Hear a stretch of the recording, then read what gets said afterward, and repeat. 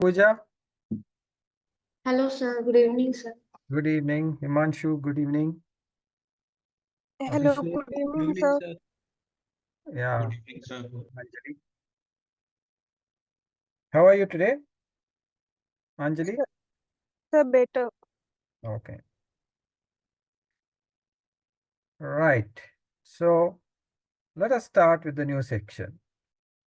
Okay, section A, external financial reporting decisions. Okay. It has 15% weightage, but a lot to study. Fine. So just as an introduction,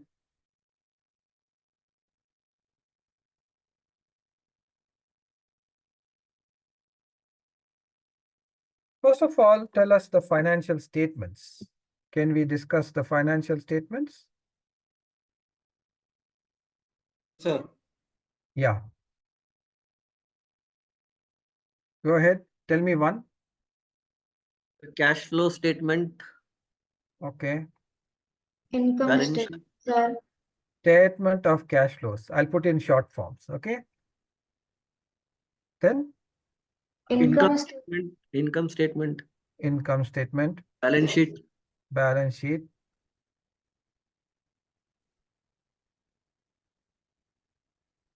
statement of comprehensive income.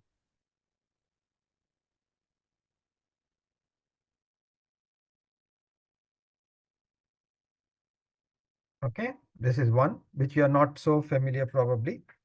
Okay. Statement of changes in equity, you will be familiar. Statement of changes in equity. Okay. And notes to the financial statement. yes, notes to the financial statements. This is a part and parcel of the financial statements. The notes, quite important. Okay. So in this, we'll be studying everything. All are important. The statement of changes in equity, just if you know the format, it's enough. Okay. Notes to the financial statement, you'll be studying what kind of accounting treatment we are going to give for each of the elements in the income statement and balance sheet. Okay. So now, what do we study here? When we are talking about the income statement, we talk about sales, the revenue recognition.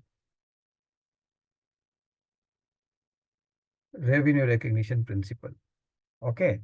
Then we would talk about all the expenses like accruals.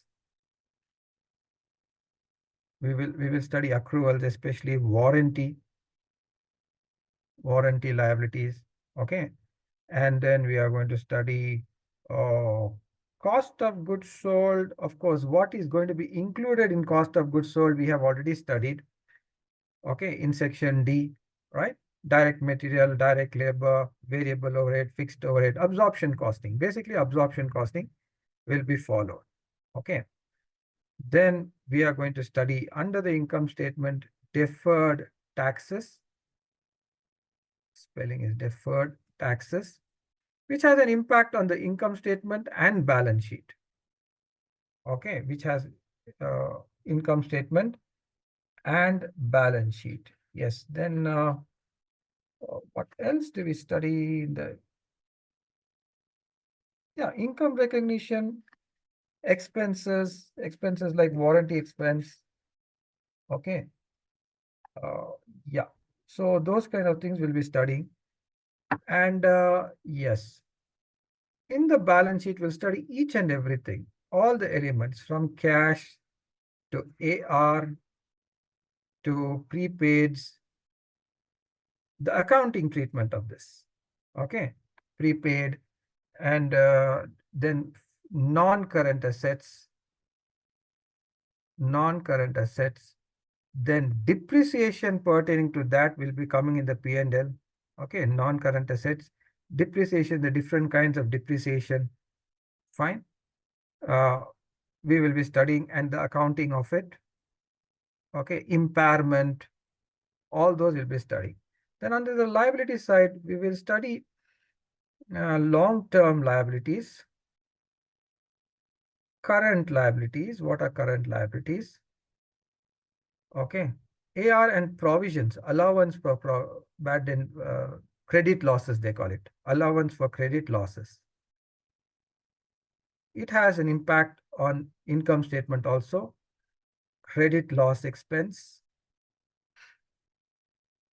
That is your bad debt expense. Okay, bad and doubtful expense. Yes, long-term liabilities, current liabilities, and its accounting, and equity. All the components of equity, that is retained earnings, okay, stock dividend, stock split, and everything to do with equity we will be studying. Okay, so all the elements of the balance sheet, most of the elements of the income statement and its treatment, okay, we will be studying. Fine. In addition to that, under non-current assets, accounting for leases also will come. Okay, accounting for leases also will come. So you have a lot to study. And then what is comprehensive income? What are the components of other comprehensive income? Okay, there are 4 components. The 4 components of other comprehensive income you will be studying. Okay. Right. Statement of changes of equity. Yeah. Also we will study about treasury stock accounting. Okay. Different ways of accounting for treasury stock. Fine. And stock dividend also, there are two methods of accounting for stock dividend. Fine. So that would come. Statement of changes in equity, you will study, yeah, a little bit of non-controlling interest. What is non-controlling interest? Okay. Because now for section A, they have included consolidated financial statements also. Okay, so I will put that separately. It's not part of the financial statement, but consolidated financial statements. In that, this non-controlling interest will play a big role. Okay. So this is about it. This is all what you'll study. And each component takes time to study. Okay. We'll study that. We'll have what do you call questions on it. We will do questions on it and then move to the next topic. Now, for the most important one is statement of cash flow. Okay, this is very important because 100% you'll get a question on this. Now, this one, what we will study is what comes under operating cash flow, what comes under investing cash flow, what comes under financing cash flow, and how to prepare the cash flow. Okay, how to prepare. Preparation also would come in this topic, in this section. Okay, in addition to all this, there is also integrated reporting. Recently introduced, integrated reporting. They're asking some questions on this. It's a purely a boring theory topic, okay? Right? So, which we have to do anyways, which is not enforceable actually. I don't know why we are studying this. But yes, now with all this sustainability buzzword which is going on, okay, going green and for sustainability and all that. So this plays a very important role now. Okay. Previously it was not there. Now it has been introduced. Any questions? So now these are the financial statements and all what we are going to study in section A, part 1. Okay. Now, who are the users of financial statements? Why are we preparing it? Since we are taking so much trouble to prepare it, there must be a demand for it. Otherwise, why should we unnecessarily waste time if it's of no use to anybody? So who are the users of financial statements? So investors. Yeah, there are the direct users. Direct users could be investors. Yes, then tell me. Statutory bodies, sir. Income Yeah, tax department and government agencies, government, I'll put government, okay? And other statutory bodies, yes, then. shareholders, Employees, that comes under investors. Shareholders comes under investors, okay? banks, financial institution who is lending, sir. Yes, yes, yes, yes. Creditors, I'll put one common word, okay? Creditors. Customers also would be interested, Yes, sir. Customer. okay? Customers also would be interested to see how well the company is doing. And trade unions, that comes under employees actually, okay? Trade unions, because they want to see how well the company is doing so that they can put some demands, And yes, suppliers, we are not taken suppliers into account. They also would be interested, okay? Yeah, that's, and okay, I have not put management. They are the main people. They are the ones who use it the most, okay? Management. So these are all direct users. And they're collectively called stakeholders. Whoever has an interest in a firm, that is, who is going to get benefited monetarily by the firm, are called stakeholders. There are then indirect users like analysts, basically. They are indirect users who analyze for the investor. Okay. Right. So, yeah, analysts, advisors, and stock markets. Right. So, all these are indirect users. They would use the financial statement to benefit their clients. Got it? You might be asked a multiple choice question on this, like all are users except one. And why do they use it?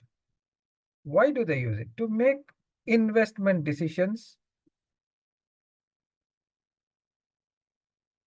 Okay, to make investment decisions, then to extend credit or not.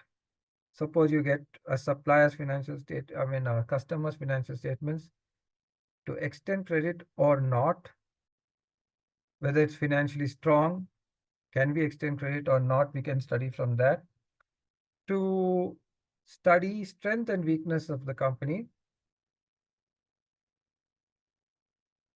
strength and weakness of the company, and yeah, performance evaluation from one period to another. That's why they give comparative figures. Performance evaluation. So various uses. This may not be all fitting everything. Okay. And to see whether compliance is there with the covenants. Okay, banks especially will be interested to see whether there is compliance with covenants. What am I talking about? Covenants is the conditions the creditors put on people who borrow money. Okay, so it might be like to have current ratio greater than 1. Okay, current ratio greater than 1. Debt equity ratio less than 1, like this. Okay, these are covenants, conditions. What you call restrictive conditions. Okay, which a creditor, the person who is lending money, would place on the company. Okay. Times interest earned should be greater than 3, something like that. Which can be seen from the financial statements. Okay, so it forms a very important statement or important document.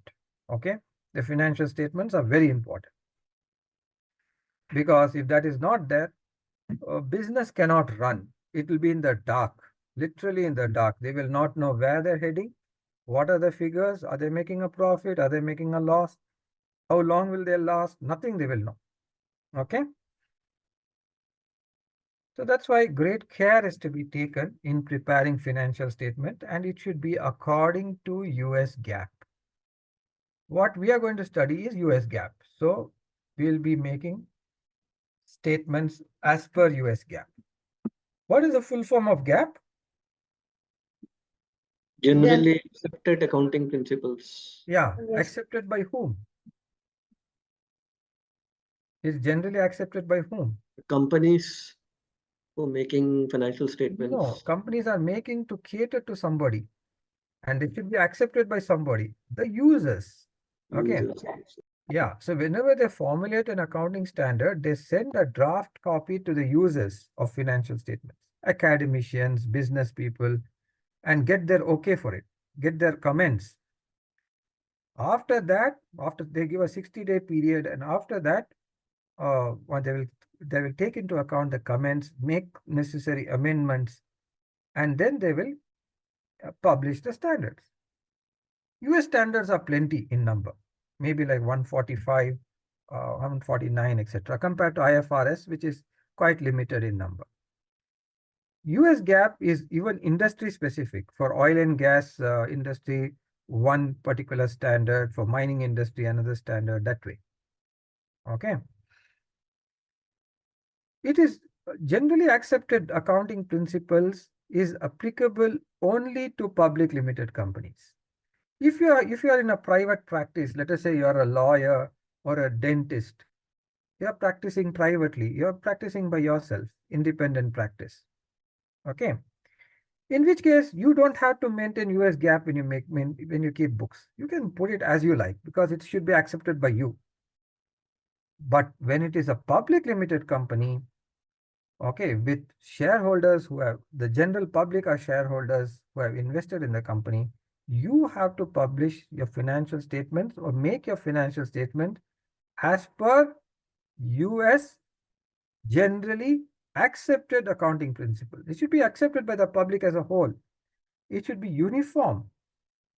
One company and another company's accounting treatments, of course, within the scope or within the gambit or limitation of the different accounting policies, it should be the same.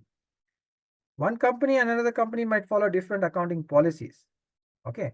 But the main principles will be the same and it will be in accordance to US GAAP. If it is not in accordance to US GAAP, the auditors will make a qualification. What's the qualification? They would make a comment, an adverse comment. Okay, something which is not good for the company. They'll make a comment saying that it has not been followed. Okay, and if US GAAP is not been followed, information cannot be properly obtained.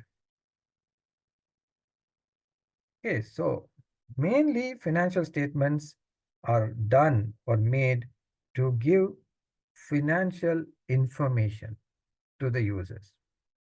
You got it? That's the main issue. Any questions? So this is just an introduction. Okay, this is just an introduction. We will go to the income statement first and study the format of a multiple step income statement. Okay, how does it go? It goes like this: sales, COGS, gross profit, okay, selling and administration expenses, okay, operating income. I'm putting all shortened forms, so please listen carefully.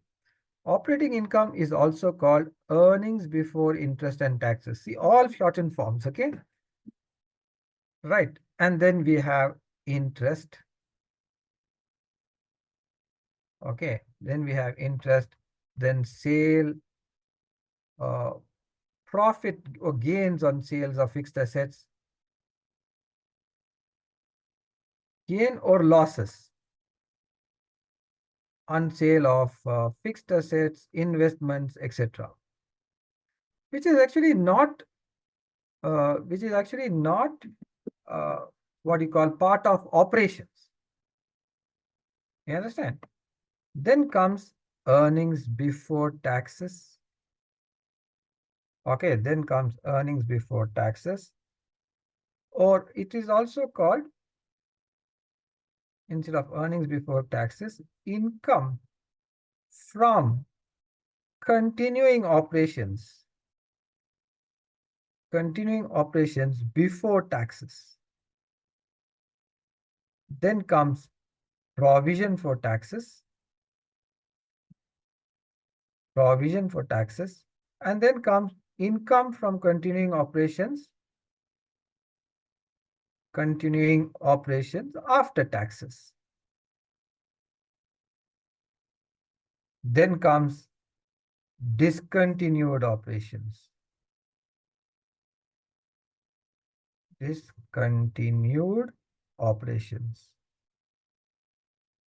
Net of taxes,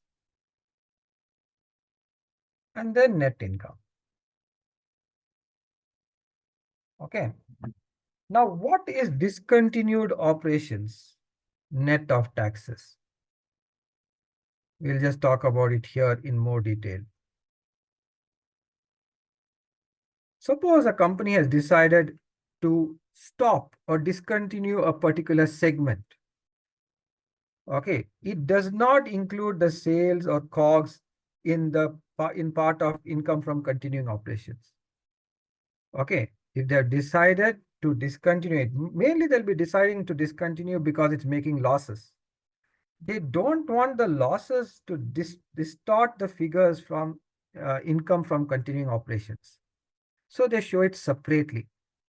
Okay, they show the operating results also separately. The sales, let us say, they'll put one figure actually, not sales, cost of sales and all. Let us say sales is 100 and all other expenses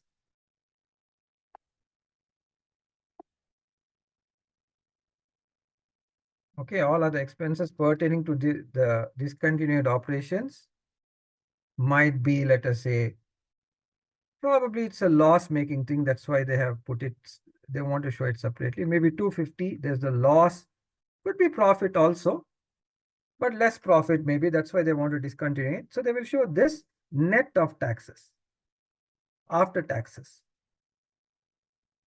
Okay.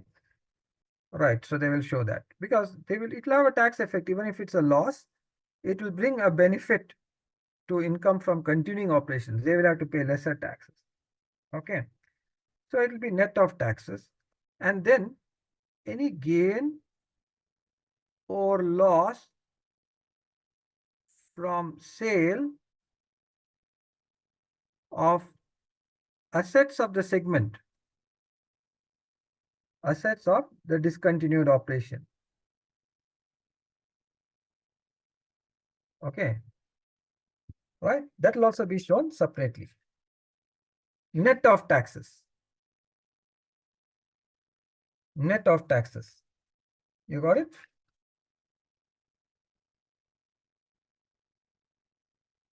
Just a minute. Yeah, discontinued operations. Discontinued component. Yes, it will be shown separately.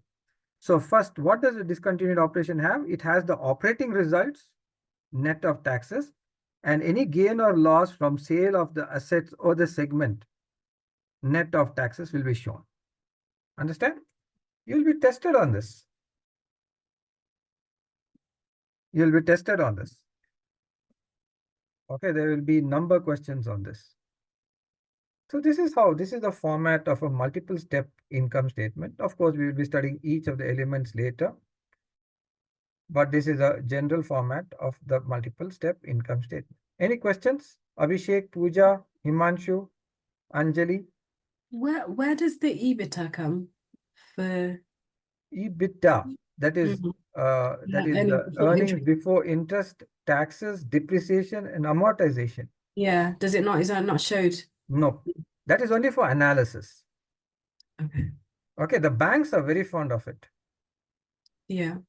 Why are they fond of it? Basically because it is that figure is comparable. Okay, you see, when they compare earnings before interest, taxes, depreciation, and amortization, okay, because each company will be adopting different depreciation and amortization methods. Okay, depreciation especially, some will be following all within the US GAAP principles, okay? They would be following the straight line. Some would be following the double declining balance. Some would be following the sum of the digits, okay? Some of the firms might be new as compared to the old firms or established firms, okay? When the companies are new or just established or startups, the depreciation would be very high because the assets are new. Okay, so depreciation would be very high and they would be showing a loss. So in order to iron out that difference, okay, and they want to find out how much is their operating profit without depreciation, because depreciation is anyway not a cash outflow, okay, and it would cause a lot of difference in firms of different ages. So for comparison's sake, they add back depreciation and amortization and interest and taxes. You understand? Even then, sometimes comparison will be difficult because some would be following the FIFO, some would be following the LIFO, some would be following the weighted average. So there also there would be difference, but at least the differences are minimized by uh, analyzing EBITDA, earnings before interest, taxes, depreciation, and amortization. You got it, Muram? Yeah, so when I do the income statement, would I just put a line after sales and admin expenses for depreciation before I do my operating income, or do we not? Like, I'm not sure. There could be a depreciation. There could be a depreciation, but no, you minus it and get to EBITDA. You know, see, I mean, sorry, EBIT. In this, it is going to include depreciation. Okay.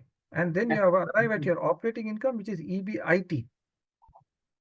Yeah, makes In sense. the financial statements, there is no line like EBITDA. You understand? They will not find out EBIT, DA, and then minus depreciation and amortization, and then come to EBIT. That way, they won't do it. Okay. They would directly do sales, COGS, gross margin, selling and administration expenses, which would include depreciation, and then come to operating income, which is nothing but the EBIT. Okay.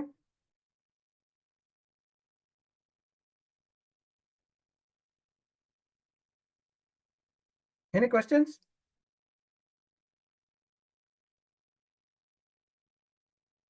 Abhishek and others, any questions? Discontinued operation Hmm. in a like in a company, there may be 2, 3 operations that you're telling, or Could it's be. for It could be, like you see, let me just remove this. Now let us talk about ITC. Okay, their bread and butter is cigarettes, right? But yes. they're diversified into many things now. They even cooking oil and, because they know that cigarettes, if they have to depend only on cigarettes and with all these government regulations and all that, they could lose business. Okay, so they're even into hotels. The Hmm. Welcome group of hotels is theirs, the Windsor Manor, etc. Okay. So suppose they decide to discontinue, the Welcome group of hotels, they will not show it under continuing operations. Okay. Everything would be shown separately under discontinued operations. All its operating results as well as sale of assets will be shown under discontinued operations, net of taxes. Okay, they might put one line item, not sales and they would not list out everything, salaries and all that. One item, the net income or loss, net of taxes. You understand? And any sale of asset. Got it? Yes, sir. So that way. See, they are showing it separately because you see, it would distort the income from continuing operations because it is making a loss. Probably that is why they want to discontinue it, right? Obviously, otherwise, why will they discontinue? That loss would bring down the income from continuing operations. And it would give the shareholders will think that, the company is not doing well.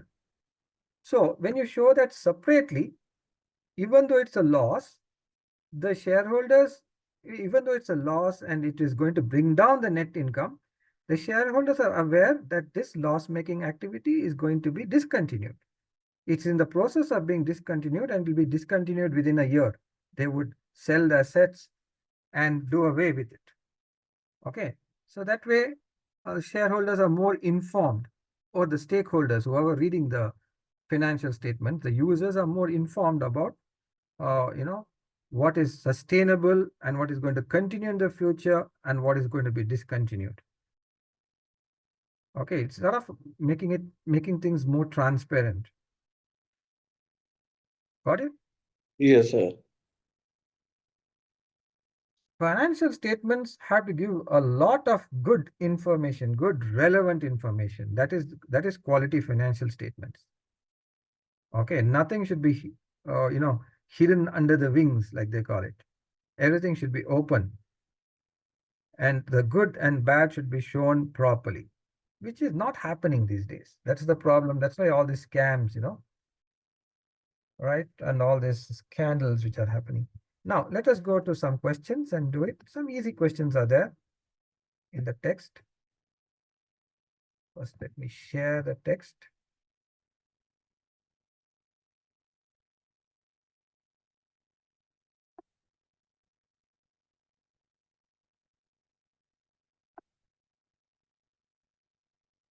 Let me just check. I'm just first checking it, okay?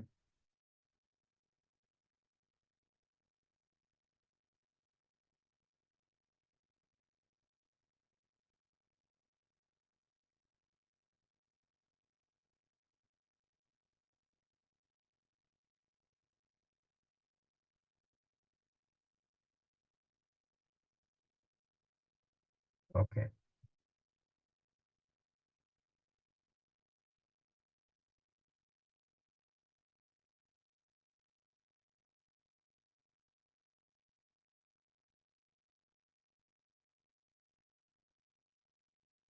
Okay.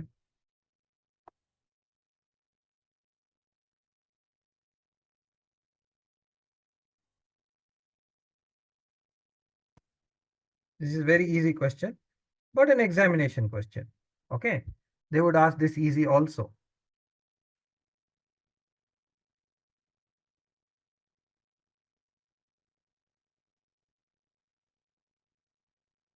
Little bit ambiguous.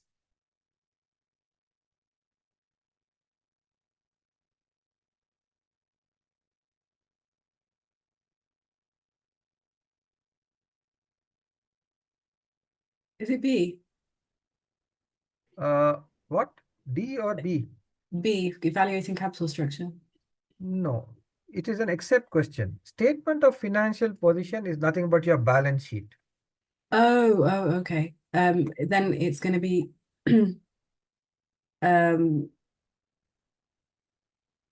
it doesn't determine past position, past performance. D for Delhi. Yes, because the D part is got from the income statement, is it not? Sure, see, sir. Profitability, assessing past performance for a specific period of time, because the balance sheet is made up of on a particular date. Okay, it gives you a financial position on a particular date at a particular time. Just the next second it might change, but this gives you for a specific period. That is the income statement. So this is an except question. Okay. Having said that, I sometimes wonder how can we compute rates of returns? That means all the others can be done from the statement, from the balance sheet. Evaluating capital structure, I agree. You come to know how much is the equity component, how much is the debt component, etc. You can analyze that from the balance sheet. Assessing liquidity and financial flexibility, you can do it by the current ratios. You can see the balance sheet and work out certain ratios, which can assess liquidity, financial flexibility, etc. But how do you compute returns? That is what is ambiguous to me, how can you compute returns from the balance sheet? Maybe if you are going to show the income statement figures separately in the retained earnings. See, retained earnings probably starts with a balance of, let us say, 2,000. Then profit for the year, let us say 1,000. And then ending retained earnings, okay, is, let us say, 3,000. If they show the figures like this within the retained earnings, then you can take this profit and compute returns, is it not? The profit for the year divided by assets, profit for the year divided by equity. It'll give you return on equity, return on assets, okay, return on capital employed. All that we can compute if they are going to bifurcate it. Otherwise, from the balance sheet, generally, statement of financial position is highly summarized. Okay, we cannot see the income statement figure in that. But if it is seen separately, only then you can compute returns. Because I was always wondering about A, it gives a little bit of ambiguity. Like I felt that we cannot compute rates of return from the statement of financial position.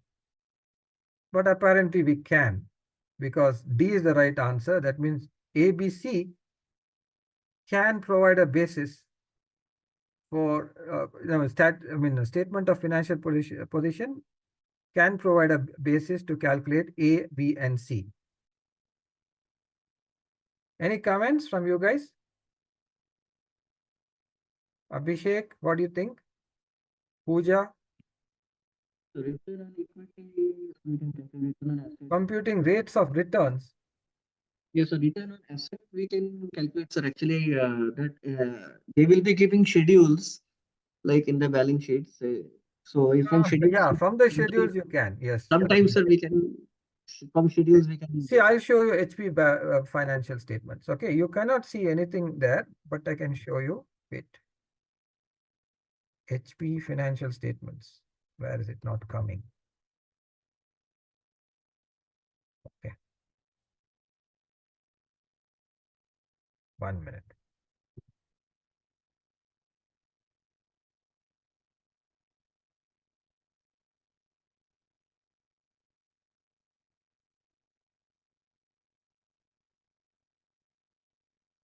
Just a minute, I'll show the balance sheet. Okay, I'll show you all the statements. So I will share it. It's in $1 million, in millions, okay? So this is the statement of changes in equity. We'll just go through it fast, okay? I'm not going to study it here. And this is the statement of cash flows. Okay, we'll come back to that. Now we'll go to the balance sheet, which is what is here. All are in millions, okay? So don't get confused that cash is only 15,000. Okay, it is 15,133 million followed by 6 zeros. So 2 years comparison is given. Now, how will you find out rates of return here? We have the total assets. We have the equity. The retained earnings is one figure, is it not? We don't have a profit to compute returns. Unless, like you said, we go into the schedules, which is part of the financial statements. Okay, we go into the schedules and we can compute returns based on that. Or we go into the statement of changes of equity where they will show the profit separately. Okay, if you go to the statement of changes in equity, yeah, for a particular year, I'll just expand it a bit.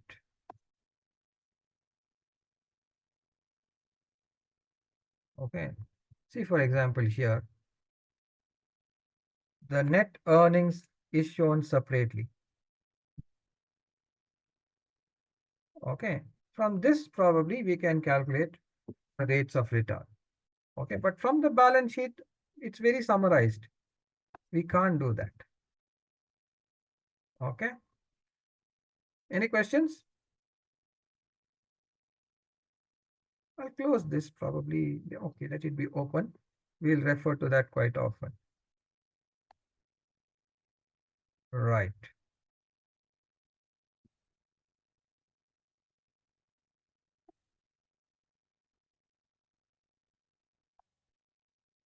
So that is one of the questions. The other question number 3. So D is the right answer for this. Question number 2, D for Delhi. One second, what is happening? Yeah, this is super easy.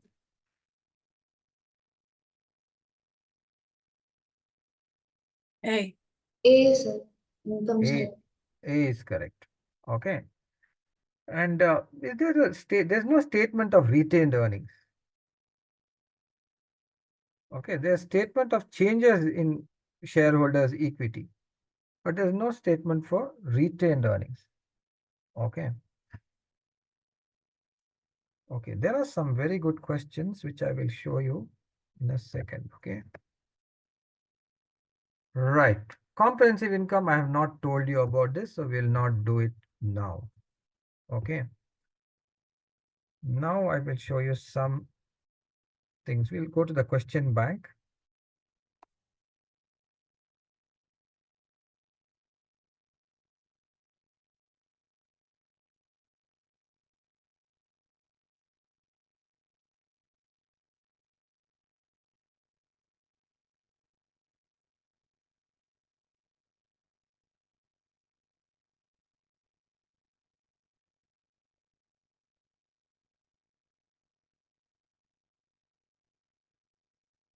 Okay, this is super easy. Can you do 58? All of the following are A. elements. Yeah? A option, sir. A, yes. Gains and losses, expenses, revenue. I don't know whether they would give you such simple one. Okay, shareholders' equity is definitely not a part of income statement. Okay, but it has ICMA there, so supposed to be of exam standard. Okay.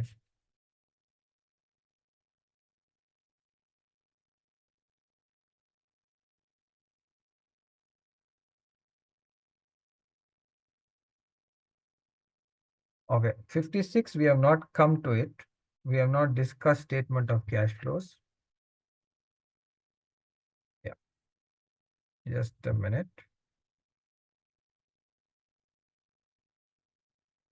Searching for some good ones.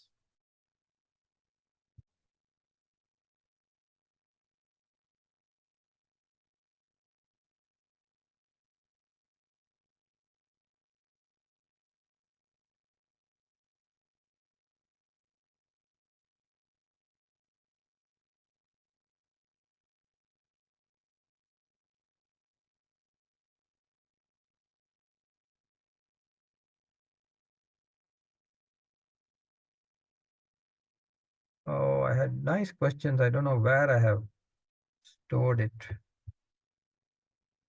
Sorry about that. Next time I will just find it and then share it. I don't want to search and waste time here. Okay, there were some things on discontinued operations, which were very good questions. I'm not getting it now.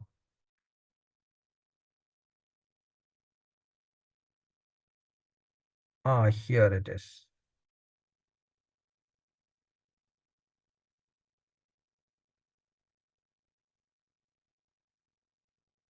Okay, the correct answer is given. Okay, I couldn't erase that, but have a look at this and try to arrive at the correct answer. Okay. Have a good look at this. This is a very good question.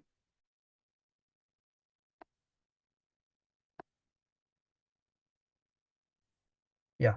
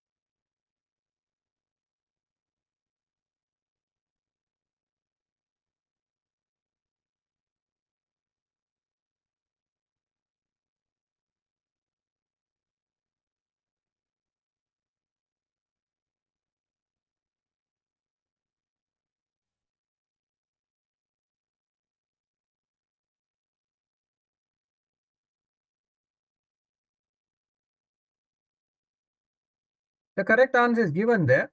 You try to arrive at it. So what do you have to arrive at? What is the sale amount received from the sale of the assets, and what is the gain or loss on the sale of assets? Just to give you a hint,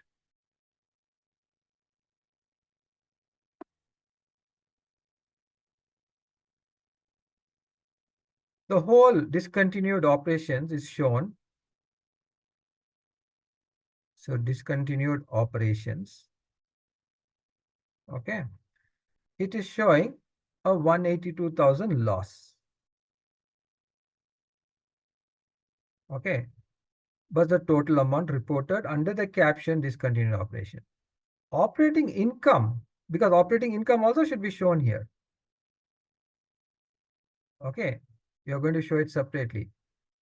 For the discontinued division was 154,000. Okay, it's like this. Right. So by this we can understand how much is the loss, because when income was 154, there is certainly a loss on sale of assets. Is it not? Because from 154 income, it has become a loss. So how much is this loss from sale of assets? 36, sir. Right? How much? 36,000. Yes, 336, correct. 154 plus 182. Is it not? Yes, sir. Right, because it is like this. If you put 154 loss, it will be 0. So in addition to that 154 loss, there's another 182 loss. So it's 152 plus 154 plus 182. So if you have 336, you will arrive at 182,000. You can verify it. 154 minus 336 should be equal to minus 182, the loss. Okay. So this part we got it. So yeah, this is right. How did we get the sale proceeds?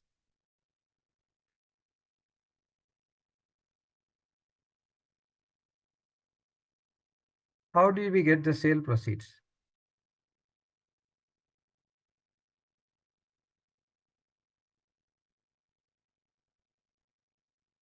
Sir, book value minus the loss of assets. Yeah. Yes, Yeah. correct. Sale minus loss of. Yes. So the book value Yeah. is 1176. Okay, 1176. I'll truncate the zeros. 1176. So the sale minus the book value is giving you a loss of 336. Is it not? So the sale should be 1176 minus 336, right? 1176, it should be less than the book value by 336, right? So it should be 840. So 840, we can cross verify again. 840 minus 1176 should give you 336. So that is how they got this 840,000 also. It's a good question, right? Okay, just a little bit of jugglery with numbers to arrive at it. Okay, we have to ignore income taxes, so that makes it that much more easier. Okay, any questions? Any questions? Okay, so that is one part of the question. Yeah, now if we go to the balance sheet and analyze,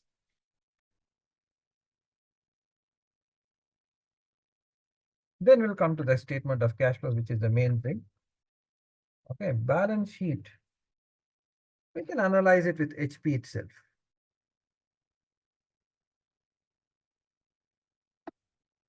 Okay, we will go to the HP financial statement and analyze the balance sheet. Wait, I'll remove this.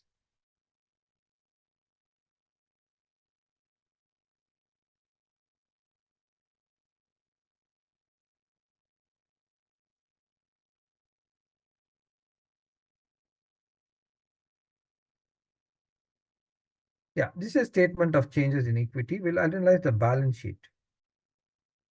How it is made up of, how they prepare the balance sheet under US GAAP. This is cash flow.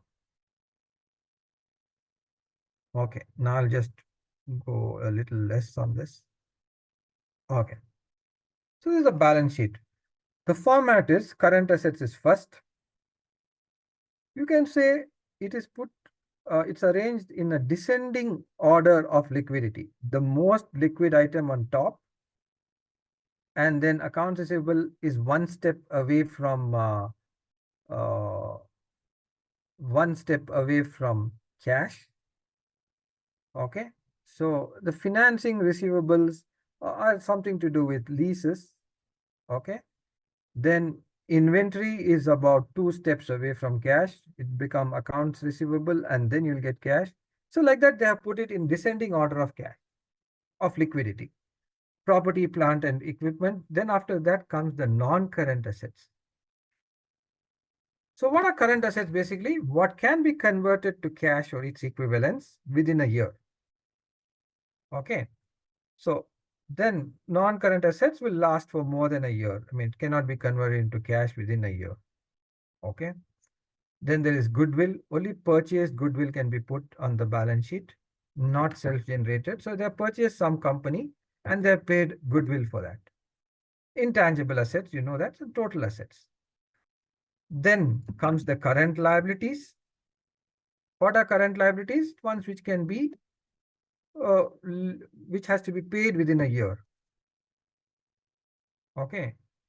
Current liabilities. So if you see that, the most urgent, I think, is put on top. Okay. So that way it goes. And then there is long-term debt and other liabilities. These are long-term liabilities, which has to be paid after a year. Okay. And then the equity components,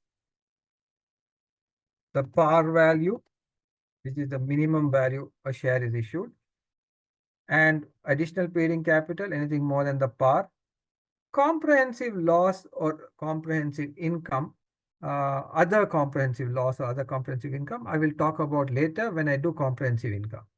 Okay. Then HP is shareholders' equity and non-controlling interest. What is non-controlling interest? Now, HP would have purchased some companies. They wouldn't have purchased all the shares. Okay. So some shares, they have purchased more than 50%, but you know, they get control over that and they have to make consolidated financial statements, but they have not purchased all the shares. The shares which they have not purchased is the non-controlling interest. As the word suggests, they don't control those shares because they have not purchased it. Okay. Then the total equity, and this is liabilities plus equity. So in other words,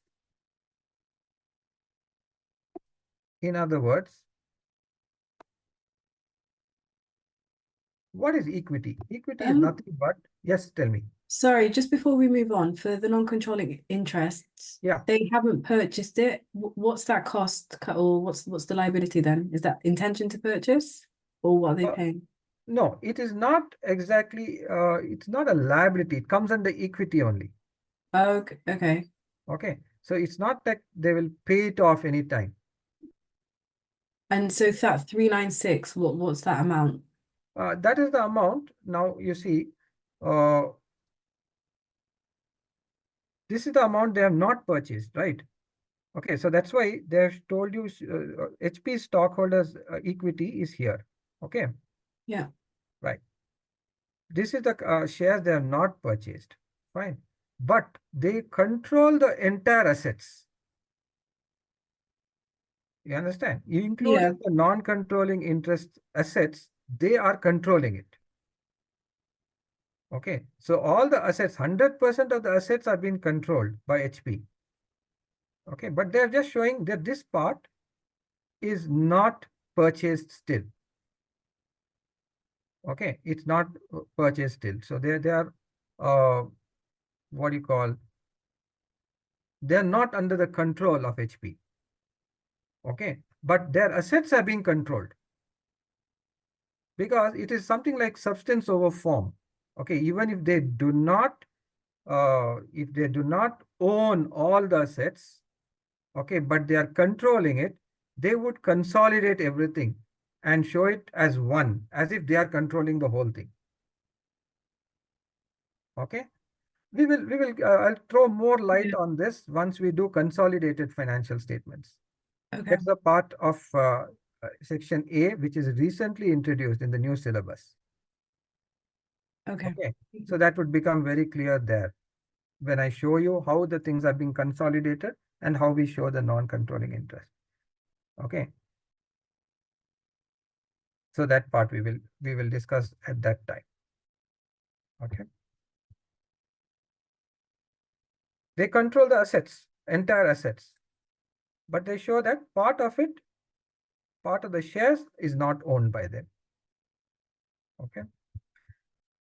Right. Now, what we can show you, I'll show you now is the equity is nothing but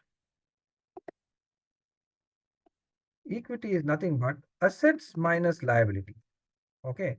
So instead of listing out the line items of the equities, just you can minus from this all the current liabilities and the long-term liabilities. They're not total the long-term liabilities. So if you minus this, just do that exercise. 103,206 minus all this, minus all this.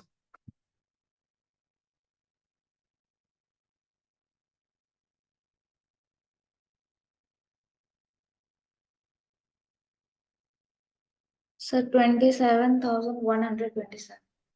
Yeah, 27,127. Okay, that will be the equity. You can just go down and see. See there? 27,127. What you got. Okay. So in other words, the balance sheet equation is assets minus liabilities is equal to equity, or assets is equal to liabilities plus equity. They might ask you some multiple choice questions on this. Okay.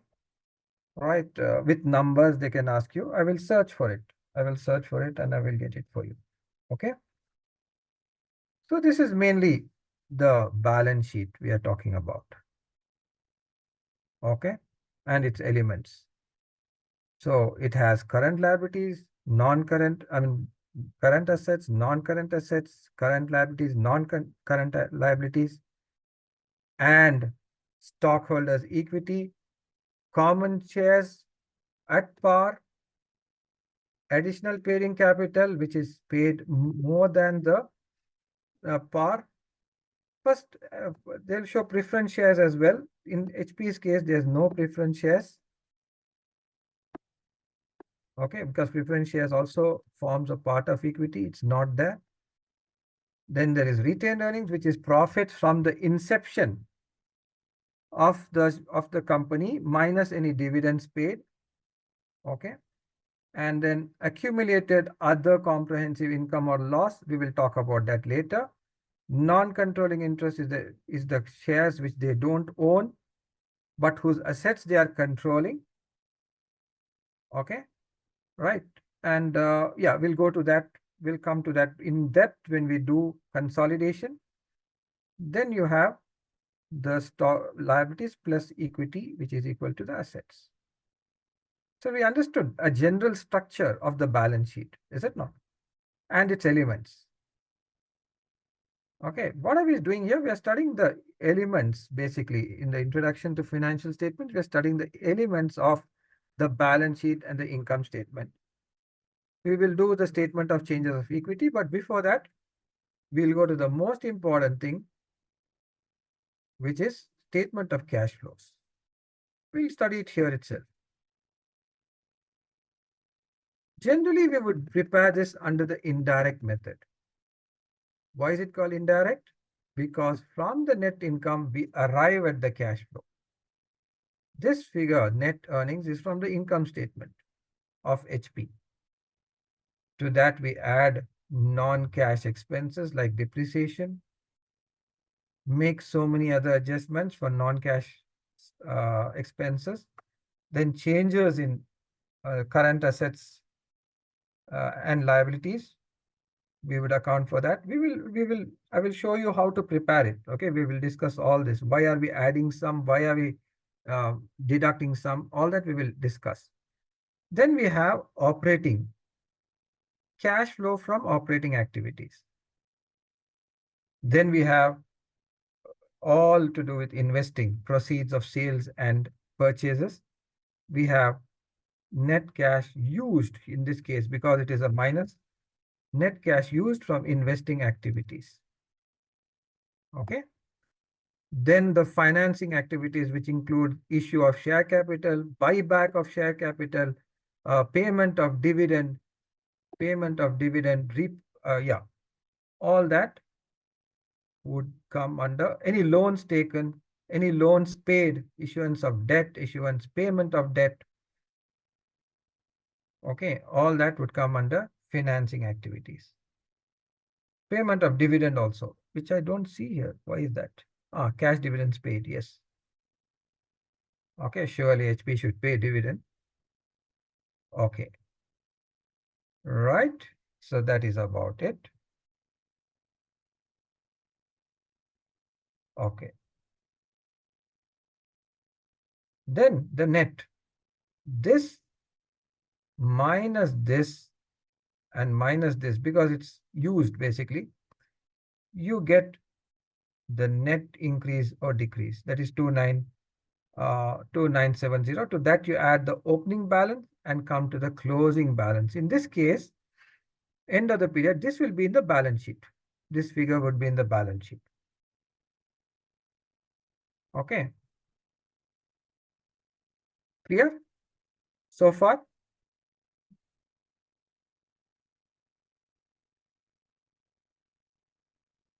Everything clear so far? Any doubts? Clear, sir. Okay. Now, when you prepare the statement of cash flows under indirect method, there are certain disclosures which has to be made, which is not evident when you read the financial statements, the cash flow statement made under the indirect method. For example, income taxes paid, you cannot make out by looking at the statement of cash flows, because it is in actually included in net income. Tax expenses are included in net income, but how much of it we have paid, we cannot make out. So that requires a separate disclosure. And also the interest expense paid, a separate disclosure is required because it's not evident when you make the statement of cash flows under the indirect method. Under the direct method, if you make, it is evident. But nobody prepares statement of cash flow on the direct method. Direct method is very useful. Okay, it is GAAP.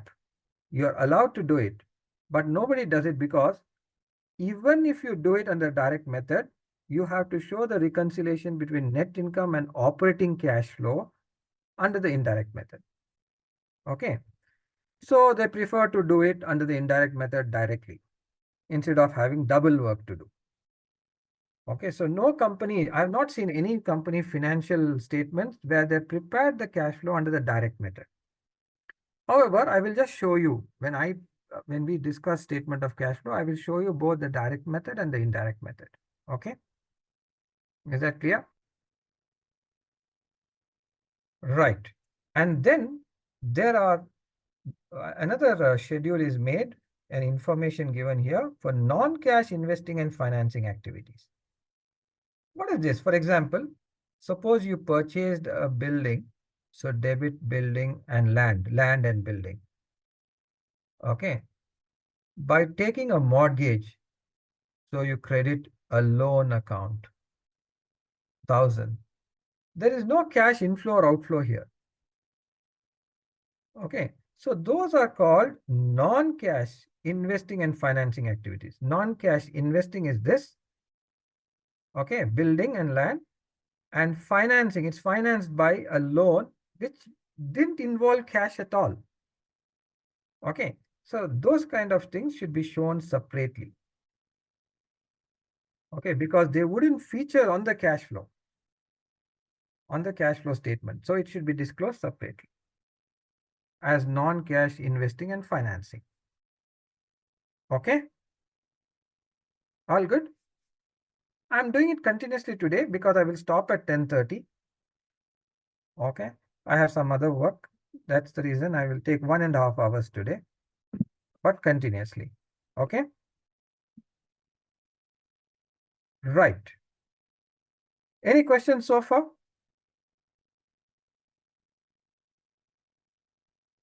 Now, the main thing is the classification. First of all, what would be classified as operating? What would be classified as investing? And what would be classified as financing? Cash flows.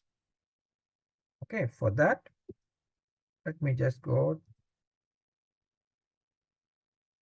Let us discuss this issue. I'll ask you certain things. Okay, you will tell me. Under US GAAP, because it is different from IFRS, what you might have studied in your BCom, etc. So under operating cash flow, investing and financing, let us say you paid salaries. Where will it be accounted? Where will it be shown? Operating, sir. Operating, obviously. Okay, you took a loan. Where will it be shown? Financing, sir. Finance. Okay, you granted a loan to somebody. That means you gave a loan. The company gave a loan. Where? Investment, sir. Investing, yes.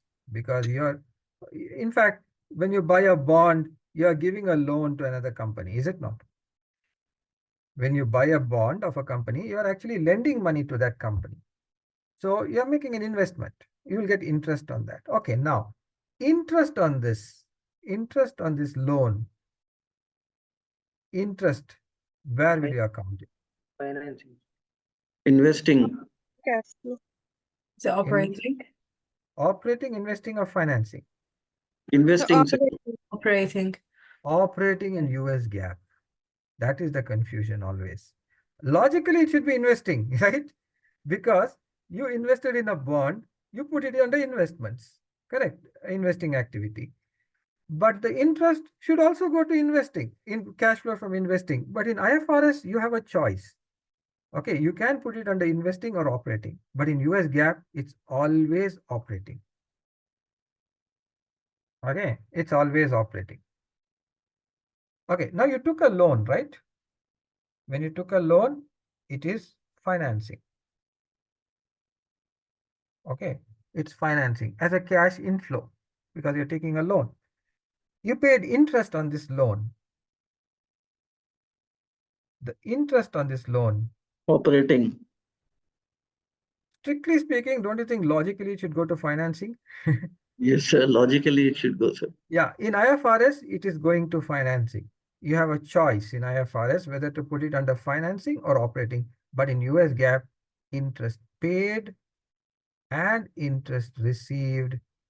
Remember this. This is very important. It's tested like anything. Okay. Interest paid and interest received, both are operating. Interest paid will be a cash outflow. Interest received will be a cash inflow.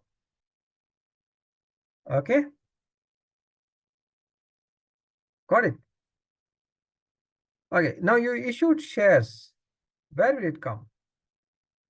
Financing. Yes, financing. Okay. You paid dividend on these shares. Where will it go? So financing. Financing. Not operating?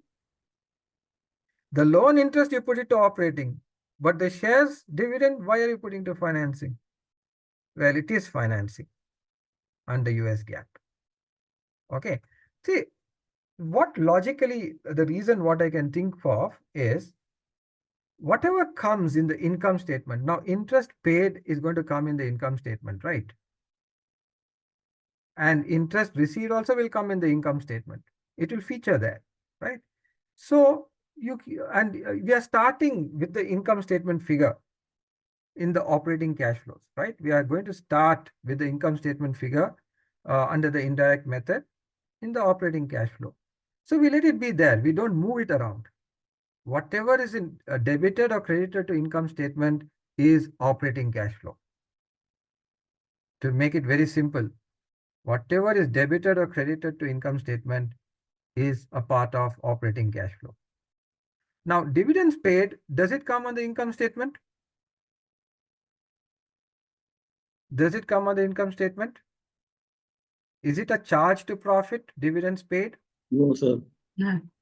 No, so it's coming in the financing. You understand? Okay, so whatever under US GAAP, whatever is debited or credited to income statement, they let it remain there in the operating cash flow. Okay, though logically it doesn't make so much of sense. But whatever is debited or credited to income statement, they let it be in under operating cash flow. Dividend paid is an appropriation of profit. It's debited from retained earnings and credited to dividends payable. Okay. And then later on paid. So it is not a charge against profit. It's not reducing your net income in any way. It is paid out of after-tax profits. Okay, it's an appropriation of profit. What do you mean by appropriation of profit? Use of profits. Okay, so it's a use of profit. So that comes under financing. Is that clear? The company has a credit card. Okay, it paid interest on that credit card. Where does it come? No, financing, sir. No, my sir. Operating. Any interest will come under Okay, since operating. it's coming in income statement. Yeah, it will come in income Right, statement. right. Okay. They will confuse you like this with various terms of interest paid, So it's all coming under operating. Okay, clear? All others will be quite obvious. Salaries paid or corrections made from receivables, all are operating. Okay, payment to creditors, operating. Okay.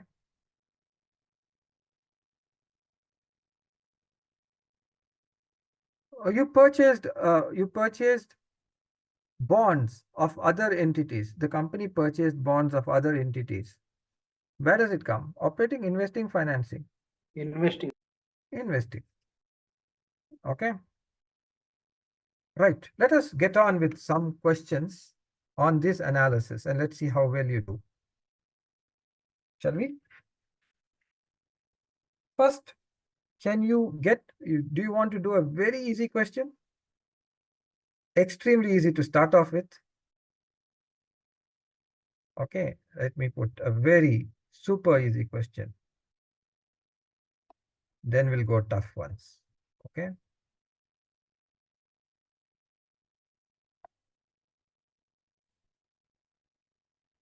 Where is it? Too many windows open. Oh, you can see this. Fine.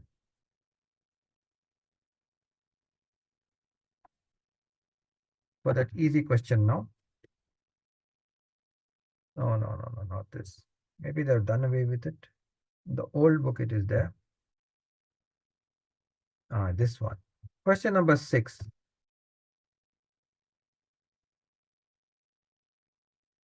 They could ask this for the exam.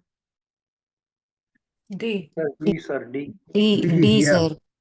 Yeah, because I was told that if they have this sign, ICMA 2014, that means they have asked this for the exam.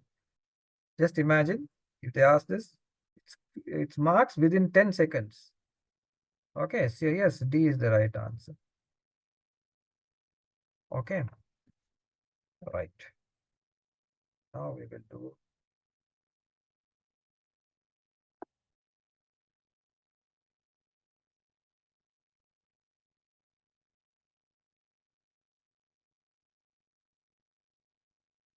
just a minute.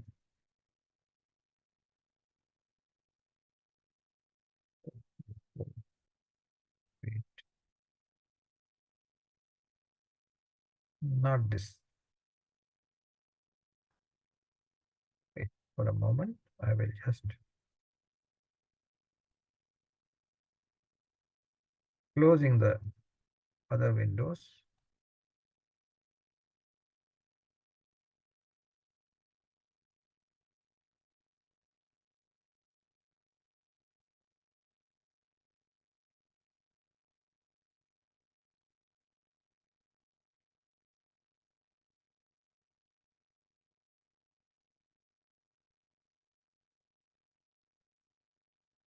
Be very careful of except questions, okay? Okay, you can see it, right? Do question number 1. It's an except question. Do it, please.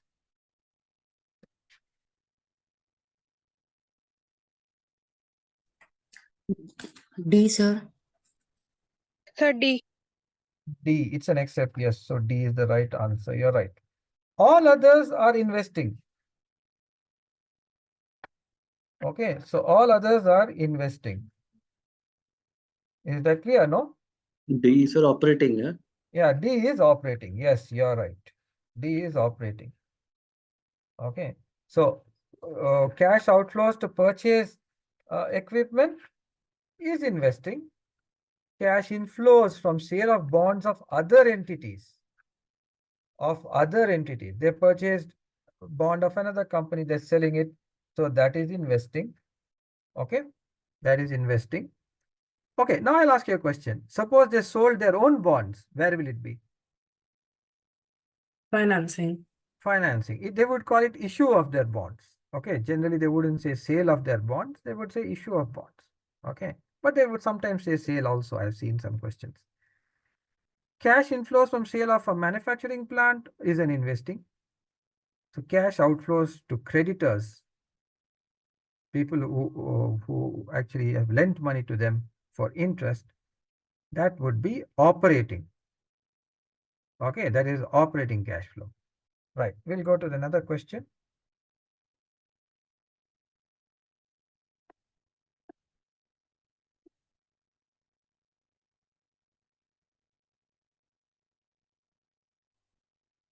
Okay, now this one is quite funny.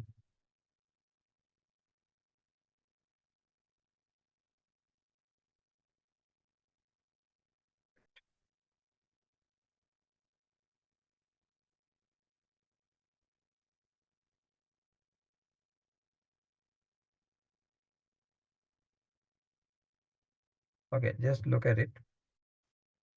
Ultimately, they're asking,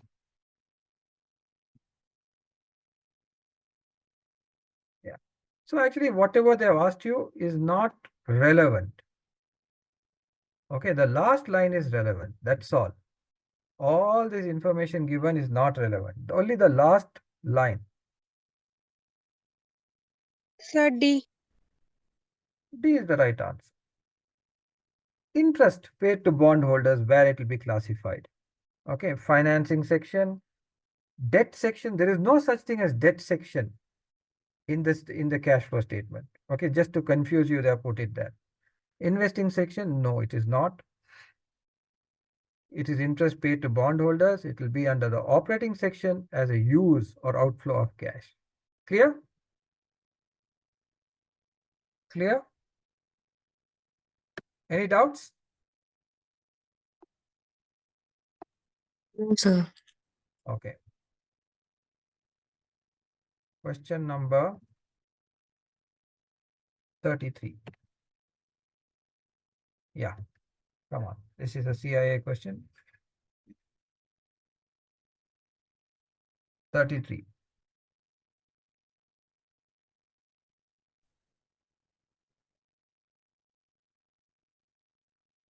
D, sir. Sir, Sir, B. B, sir. B. B, yeah? B or D? B for Bangalore. B for B. Bangalore, B for boy. Okay. In a statement of cash flow, the payment of common share dividends will appear in the financing activities section as a use of cash. B is the correct answer. Yes. B is right. B is right. Okay. Now I'll give you another one.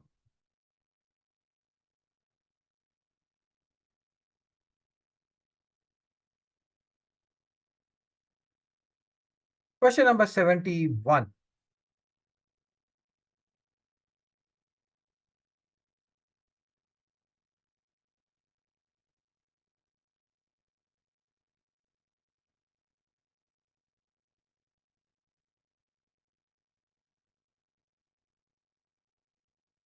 Sir, D.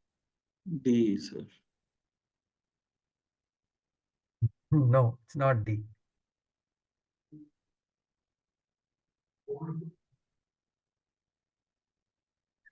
Is it A? It is A. Okay, balance. See, it is what is the impact of credit card interest incurred and paid?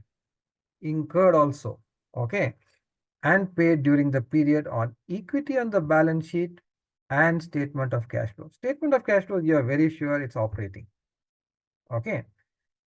There are two, A and D, saying operating outflow for this one. Which is the one you will use? It would decrease equity because it is an expense, is it not? Any expense would decrease equity, where ultimately when you make a loss, where it is closed, where it is minus from, it is made minus from the equity only, is it not? Right? Correct or no? Yes, sir.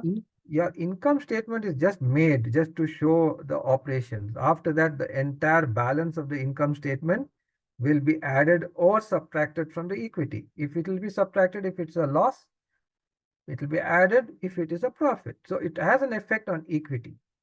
Any expense or income would have an effect on equity of the balance sheet. Remember that. So A is the right answer. Since it's interest and it is paid, it will decrease equity. Right? Correct answer is A. Convinced, no? Everybody? Yes, sir. Divya convinced? Yes, sir. Right. Divya still traveling? Yes, sir. Oh God. Away from family all this while, right? Yeah, sir. Oh, tough, tough. Yeah, it's literally boring. Yeah. It's good for a short while, travel. Afterwards, Yes, short while, yeah, correct.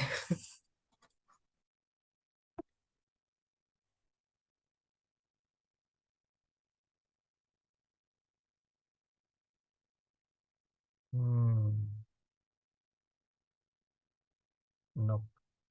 Somehow this is not it, what I was searching for. Just a minute.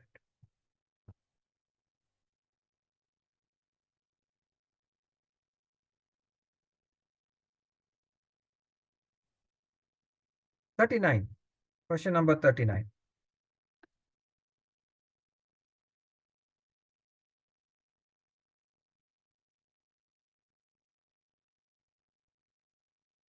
Sir, A. Yes, sir.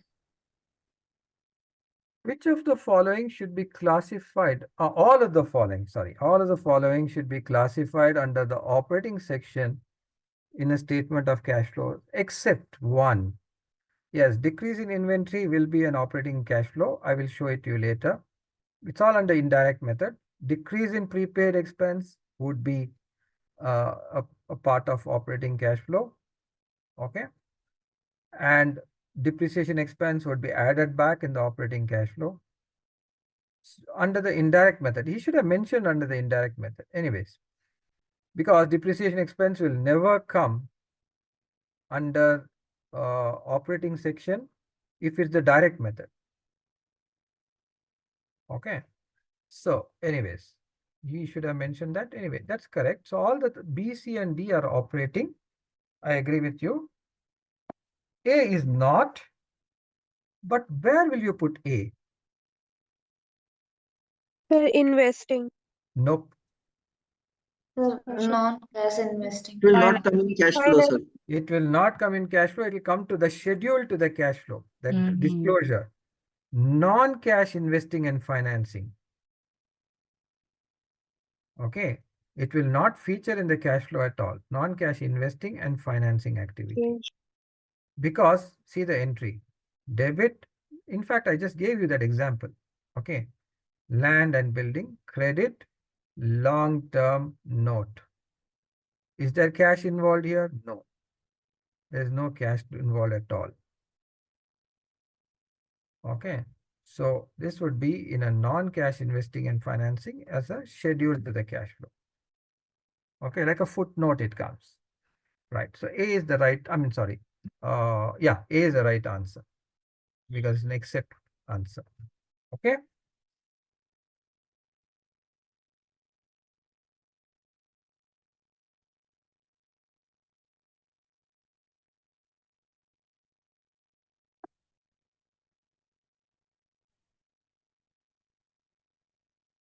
Okay. Statement of cash flows 43, question number 43.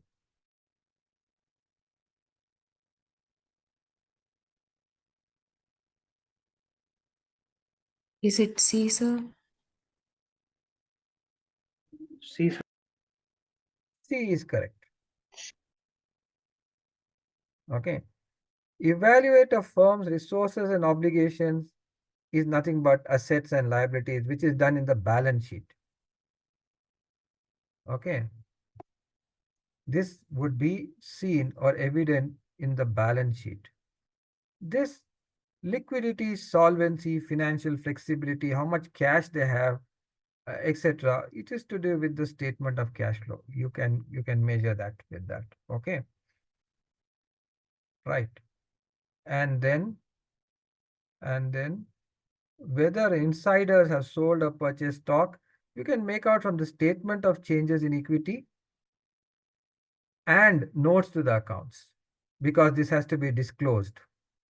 If any insider, like the directors or promoters, have sold or purchased stock, first of all, you can see that. No. You cannot see it in the statement of change of equity. What am I talking? The company is not doing it. The insiders are doing it. If the company purchases a stock, it can be seen in the statement of changes in equity. This one will come in the notes of accounts because it has to be disclosed. Disclosures. Okay. Any inside member, if he purchases a bulk and sold a bulk, it has to be disclosed. And this one, it comes from the income statement. Okay. So actually by elimination, you can home in on this. C is the right answer, as well as it is obvious. Okay.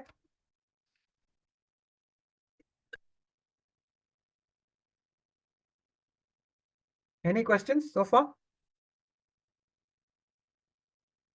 Any questions? In the next class, we will talk about preparation of statement of cash flows. Okay, how do we prepare them? How do we prepare them under the direct method and the indirect method? Okay, and then we'll do questions on the preparation of cash flows. All good? Any questions? No, sir. We'll wind up. Yes, sir. Okay, sir. Thank you. Good night. Good night, Thank everyone. you. Thank you. Bye-bye. Yes, sir. Good night, sir. Bye.